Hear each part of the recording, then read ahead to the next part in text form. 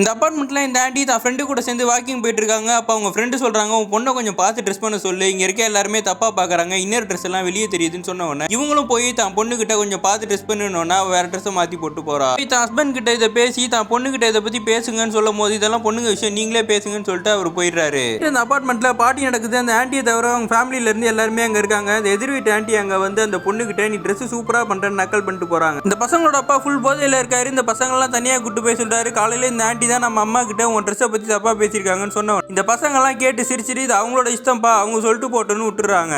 பிரச்சனையெல்லாம் இந்த ஆண்டி தலைவலியில வீட்டில் படுத்திருப்பாங்க. இந்த 3 பசங்களும் போய் அவங்க அம்மாவை தனியா கூட்டு பேசுறாங்க. ஆல்ரெடி இந்த பொண்ணுக்கு சின்ன வயசுல அவங்க ஊர்ல இதே பிரச்சனை வந்திருக்கும். இந்த பொண்ணோட உடம்ப பத்தி அந்த ஊர்ல இருக்க ஆம்பளை பசங்க எல்லாம் தப்பா பேசியிருப்பாங்க.